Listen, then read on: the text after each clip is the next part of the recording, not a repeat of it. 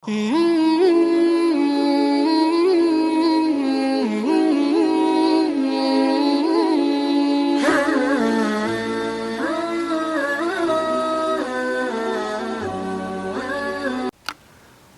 باللہ من الشیطان اللعین الرجیم بسم اللہ الرحمن الرحیم۔ ناظرین کرام، آج 10 ربیع الثانی ولادت امام حسن عسکری علیہ السلام ہے۔ میں آپ حضرات کو امام کی ولادت کی مبارکباد پیش کرتا ہوں، اور امام حسن عسکری علیہ السلام کہ جن کی والدہ کا نام سوسن ہے، اور بعض علماء نے لکھا کہ ان کی والدہ کا نام حدیثہ بھی ہے۔ آپ کی والدہ نہایت ہی پرہیزگار اور نہایت ہی متقی خاتون تھی، اور آپ کے تقوی کا یہ عالم تھا کہ لوگ آپ کی طرف رجوع کیا کرتے تھے۔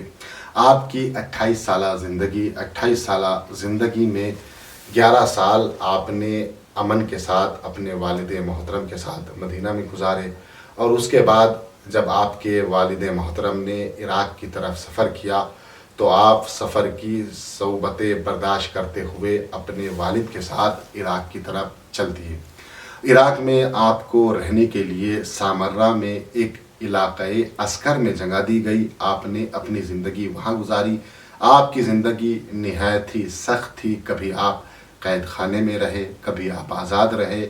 لوگوں کو آپ سے ملنے نہیں دیا جاتا تھا۔ کیوں؟ اس لیے کیونکہ اگر لوگوں کا رجوع آپ کی طرف ہوتا تو لوگوں کے سامنے حق آشکار ہو جاتا، اور معتمد عباسی جو کہ ظالم بادشاہ تھا، وہ یہ نہیں چاہتا تھا کہ آپ کے کرامات اور آپ کی فضیلتیں لوگوں کے سامنے آشکار ہو۔ لیکن جب فضیلتیں ایسی ہو کہ جو خدا نے عطا کی ہو تو وہ فضیلتیں کسی کے چھپانے سے کبھی چھپتی نہیں ہے۔ سامرہ میں قحط پڑا اور بارش نہ ہونے کی بنا پر لوگ بھوکے مرنے لگے۔ جب لوگ بھوکے مرنے لگے، اسی اثنا میں معتمد عباسی نے تمام لوگوں کو حکم دیا کہ تمام لوگ صحرا کی طرف نکلے اور صحرا میں جا کر نماز استسقاء ادا کرے، اور ادا کرنے کے بعد دعا کرے شاید کہ بارش ہو جائے۔ تمام لوگوں نے بادشاہ کے حکم پر صحرا کی طرف نکلے، اور نکلنے کے بعد دعا کی پاننے والے بارش ہو جائے، لیکن ابر نمودار نہیں ہوا۔ اسی اثنا میں کچھ عیسائی ایک راہب کو لے کر آئے۔ اس راہب نے جیسے ہی دعا کی، فوراً دعا قبول ہو گئی، اور آسمان پر بادل نمودار ہوئے۔ بادل نمودار ہونے کے بعد بارش ہونا شروع ہو گئی۔ دوسرے دن پھر اس راہب نے دعا کی، پھر بارش ہو گئی۔ اب جب لوگوں نے دیکھا کہ ایک راہب جو عیسائی مذہب سے تعلق رکھتا ہے، اس کی دعا میں اتنا اثر ہے کہ اس کے دعا کرنے پر بارش ہونے لگی، تو لوگوں کے ذہنوں میں سوال ابھرنے لگے کہ کہیں ایسا تو نہیں کہ دین اسلام حق نہیں ہے بلکہ دین عیسائیت حق ہے۔ جب لوگوں کے ذہن میں یہ شک پیدا ہوا تو ایک مرتبہ وہ معتمد عباسی کہ جو یہ چاہتا تھا کہ امام کے کرامات اور امام کی فضیلتیں لوگوں کے سامنے آشکار نہ ہو، وہ مجبور ہوا امام کی طرف رجوع کرنے کے۔ ایک مرتبہ امام کے پاس آیا، اور آنے کے بعد کہتا ہے، یبنا رسول اللہ، آپ کے نانا کا دین خطرے میں ہے۔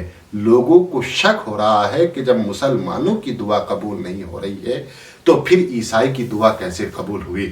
ایک مرتبہ امام نے کہا، معتمد جاؤ اس عیسائی سے کہنا کہ وہ کل پھر آ کر دعا کرے۔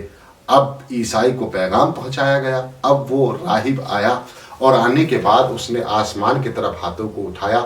جیسے ہی اس نے دعا کی، فوراً ابر آ گیا، بارش ہونا شروع ہو گئی۔ ایک مرتبہ امام نے حکم دیا کہ اس کے ہاتھوں کو پکڑ لیا جائے، اور اس کے ہاتھ میں جو بھی شے ہے اسے اٹھا لیا جائے، لے لیا جائے۔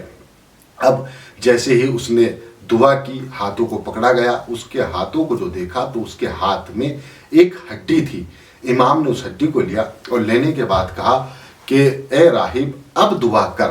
اب جو راہب نے دعا کی، اب اس کی دعا کا اثر یہ ہوا کہ وہ بادل جو آسمان پر آ چکا تھا وہ بھی غائب ہو گیا، اور سورج کی کرنیں نمودار ہونے لگی۔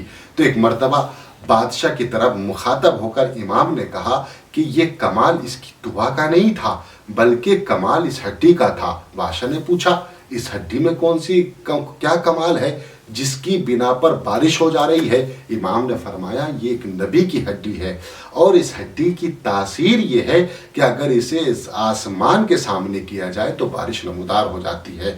امام نے اپنے دعوے کو ثابت کرنے کے لیے ہڈی کو آسمان کی طرف کیا، پھر بادل نمودار ہو گئے۔ تاریخ نے لکھا کہ امام نے اس ہڈی کو دفن کیا، اور دفن کرنے کے بعد لوگوں کو بتا دیا کہ دین اسلام حق ہے اور دین عیسائیت حق نہیں ہے۔ کیوں؟ اس لیے کہ بارش کا نمودار ہو جانا یہ ہڈی کی بنا پر تھا، نہ کہ اس کی دعا کی بنا پر۔ اور اس طریقے سے امام نے لوگوں کو قحط سے بچایا، لوگوں کو قحط سے نجات دلائی، اور لوگوں کو بتا دیا کہ وجود امام لوگوں کے لیے رحمت ہوا کرتا ہے۔ وآخر دعوانا ان الحمدللہ رب العالمین۔